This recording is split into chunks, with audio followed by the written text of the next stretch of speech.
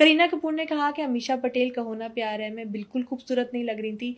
Posters जो है उसको अच्छे से एडिट भी नहीं किया गया, उसमें अमीषा के फेस पर पिंपल्स नजर आ रहे हैं, आईज के नीचे आई बैग्स हैं, और अमीषा पटेल को फिल्म में इतना कम रोल दिया गया है ऋतिक की कंपैरिजन में कि मैं ऐसी फिल्म करने के लिए बिल्कुल भी एग्री ना होती। और अगर अमीषा को ऐसे ही रोल से फिल्म इंडस्ट्री में अपनी जगह बनानी है तो अमीषा पटेल को मुबारक हो।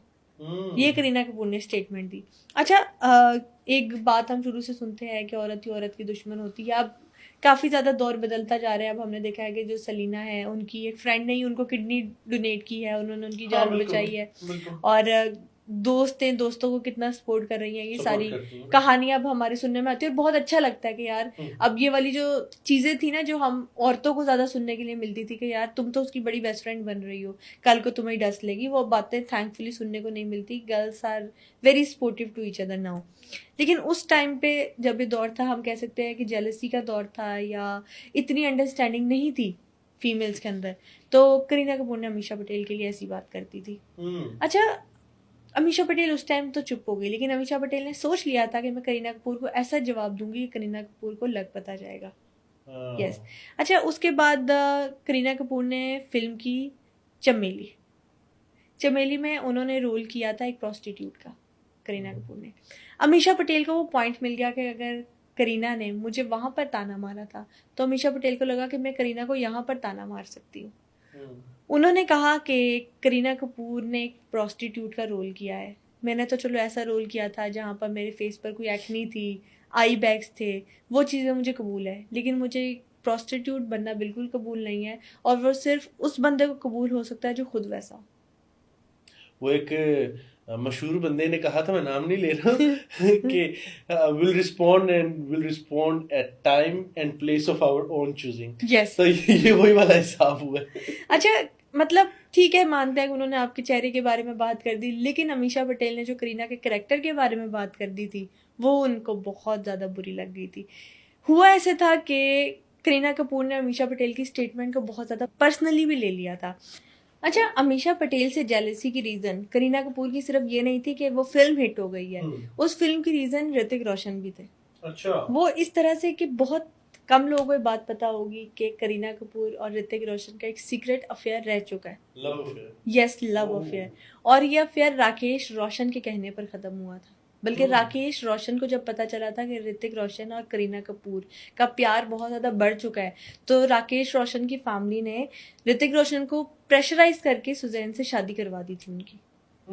वो ऐसे था कि ऋतिक रोशन और करीना कपूर चाइल्डहुड फ्रेंड्स थे, दोनों की फैमिली से एक दूसरे को जानती थी। ऑब्वियसली जिस तरह से कहा जाता है ना कि बॉलीवुड इंडस्ट्री एक बहुत बड़ी फैमिली है, वो कोई एक इंडस्ट्री नहीं है, वो एक बहुत बड़ी फैमिली है।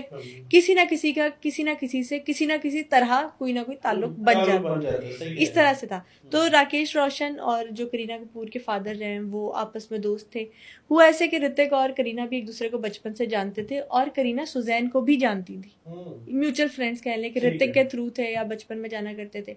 अब ऋतिक और सुजैन की मंगनी बहुत देर पहले हो चुकी थी, हमें ये बात पता है, उनका अफेयर बहुत पुराना था। सुजैन से उन्होंने शादी भी की थी, ये बात तो हम सब जानते हैं, जो बॉलीवुड की सबसे महंगी तलाक जिसे कहा जाता है। अच्छा, जब करीना ने पहली फिल्म करने से मना कर दिया ऋतिक रोशन के साथ, तो ऋतिक के दिल में बात आ गई थी, करीना ने पहली फिल्म मेरे साथ करने से मना किया कि शायद करीना को मेरे टैलेंट पे यकीन नहीं है, या शायद करीना ने मेरे ऊपर अभिषेक बच्चन को चूज कर लिया। मेल ईगो आ गई थी ऋतिक रोशन के अंदर। अब जब वो फिल्म हिट हो गई ना, तो उसके बाद यादें फिल्म जो हमने सुनी भी होगी, जिसका सॉन्ग है छन छन छन छन छन छनकती शाम है, एली रे एली क्या है ये पहेली, आई गेस इसी मूवी का सॉन्ग है if I am not wrong.